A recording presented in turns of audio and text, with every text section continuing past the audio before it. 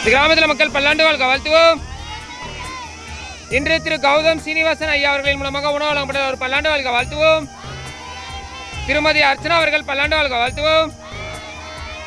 அவர்களின் குடும்பத்தில் உள்ள அனைவரும் பல்லாண்டு நலமகளை வாழ்த்துவோம். உலகத்தில் எல்லா உயிர்களும் இன்புற்ற வாழ்த்துவோம்.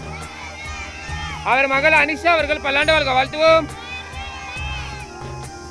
அனிஷா அவர்கள் பல்லாண்டு நலமகளை வாழ்த்துவோம்.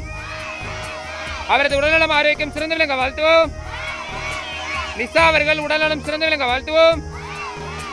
இவர்கள் இருவரும் கல்வி வளர்ச்சியில் சிறந்து விளங்க வாழ்த்துவோம்.